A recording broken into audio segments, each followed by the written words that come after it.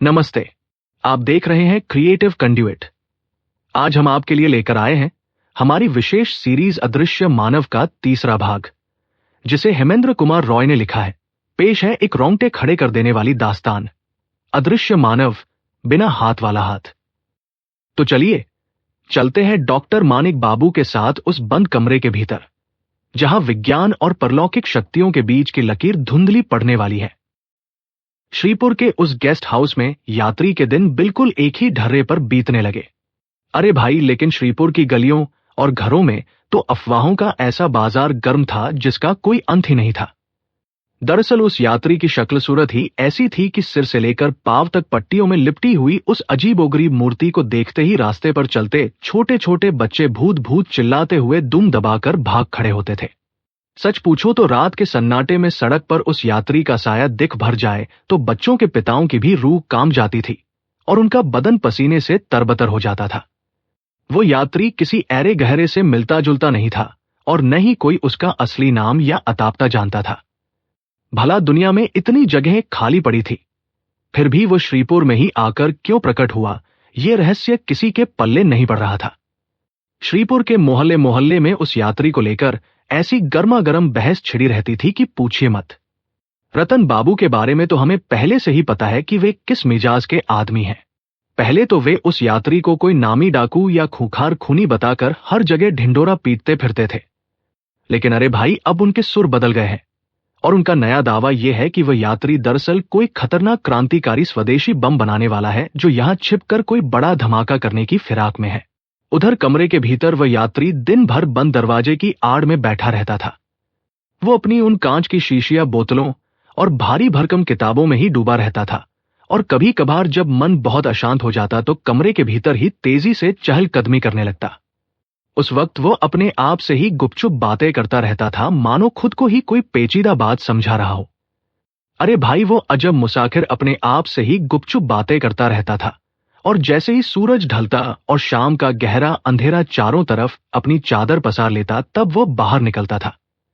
सच पूछो तो जब सारा माहौल एकदम धुंधला और रहस्यमय हो जाता था, तभी वो अपने आप को सिर से लेकर पांव तक भारी कपड़ों और पट्टियों में लपेटकर श्रीपुर की उन सुनसान और वीरान गलियों में अकेले टहलने के लिए निकल पड़ता था।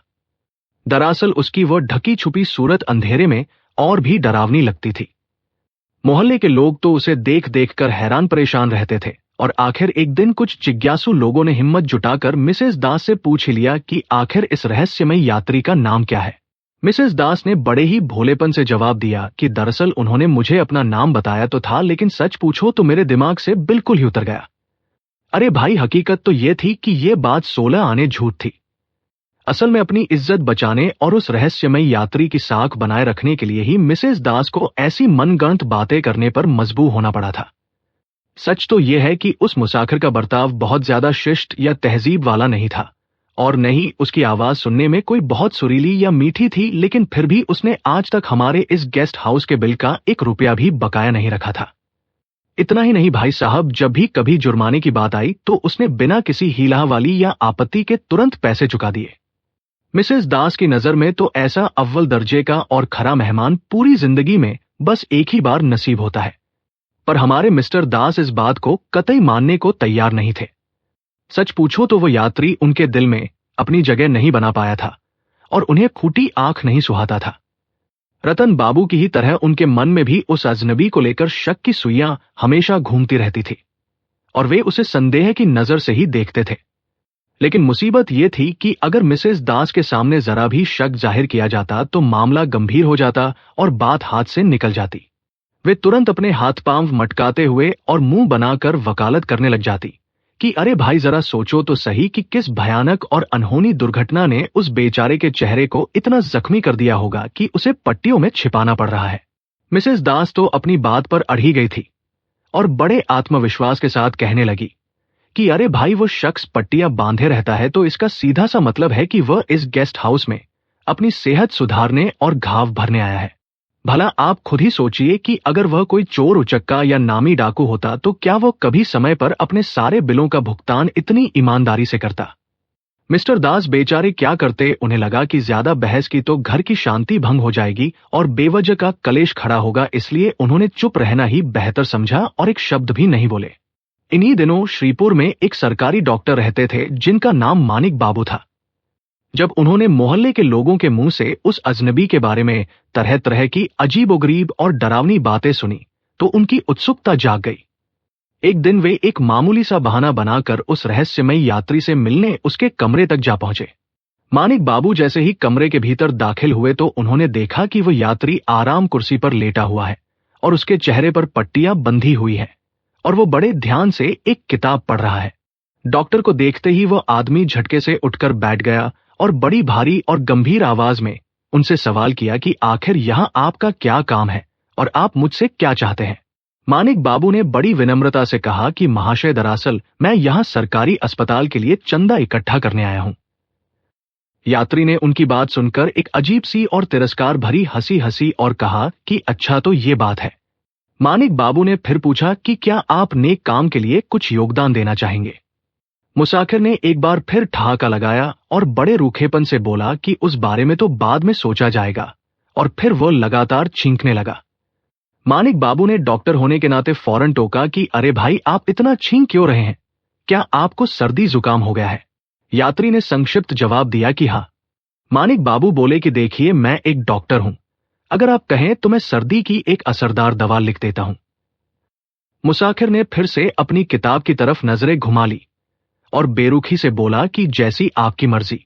मानिक बाबू ने फौरन अपनी जेब से कागज का एक टुकड़ा और पेंसिल निकाली और फटाफट उस पर एक दवा का नाम लिख दिया। फिर उन्होंने वो पर्चा उस यात्री की तरफ बढ़ाते हुए कहा कि ये लीजिए आपकी दवा। तभी उस यात्री के ओढ़ने वाले शॉल के भीतर से कमीज की एक आस्तीन बाहर निकली। अरे भाई, सच पूछो तो वह सिर्फ कमीज की खाली आस्तीन थी, क्योंकि उसके भीतर इंसान के हाथ का कहीं कोई नामो निशान तक नहीं था। लेकिन ताज्जुब की बात देखिए कि वह बिना हाथ वाली खाली आस्तीन बिल्कुल किसी सामान्य हाथ की तरह आगे बढ़ी और मानिक बाबू के हाथ से वह कागज का टुकड़ा थाम लिया। यह भयावह नजारा देखकर डॉक्टर साहब की तो घिघी बंद गई और उनकी आंखें फटी की फटी रह गई। मानिक बाबू के चेहरे का उड़ता हुआ रंग और उनके हाव भाव देखकर उस यात्री ने बिजली की फुर्ती से वो खाली आस्तीन वापस शॉल के भीतर खींच ली। कड़ाके की उस कड़ाकेदार ठंड में भी मानिक बाबू के माथे पर पसीने की बूंदें झलक आई। उन्होंने बहुत ही धीमी और कांपती हुई आवाज में पूछा कि क्या आपका हाथ कटा हुआ है, और अगर हाथ नहीं है तो फिर आपने मेरे हाथ से वो कागज का टुकड़ा आखिर लिया कैसे? यात्री ने व्यंग्य भरे लहजे में कहा कि अच्छा, ऐसी बात है क्या? और ये कहते हुए वो सीधा तनकर खड़ा हो गया। मानिक बाबू डर के मारे 2 कदम पीछे हट गए और हकलाते हुए बोले कि हाँ भाई, आपका हाथ तो है ही नहीं, वहां तो बस कमीज की खाली आस्तीन लटक रही है। मुसाफिर 2 कदम और आगे बढ़ा और बड़े ही डरावने और व्यंग्यात्मक सुर में बोला कि मेरा हाथ नहीं है और सिर्फ कमीज की आस्तीन है, क्यों यही कहना चाहते हैं ना आप? अचानक उस शॉल के भीतर से फिर वही बिना हाथ वाली खाली आस्तीन बाहर निकली और मानिक बाबू के चेहरे के बिल्कुल सामने आकर हवा में लहराने लगी। तभी मानिक बाबू को ऐसा लगा जैसे किन्हीं 2 अदृश्य उंगलियों ने उनकी नाक को बहुत ही जोर से और बेरहमी के साथ मरोड़ दिया हो। समाप्त। अगर आपको ये कहानी पसंद आई है तो वीडियो को लाइक करें और अपनों के साथ शेयर जरूर करें। ऐसी ही और दिलचस्प कहानियों के लिए चैनल को सब्सक्राइब करना न भूलें। धन्यवाद।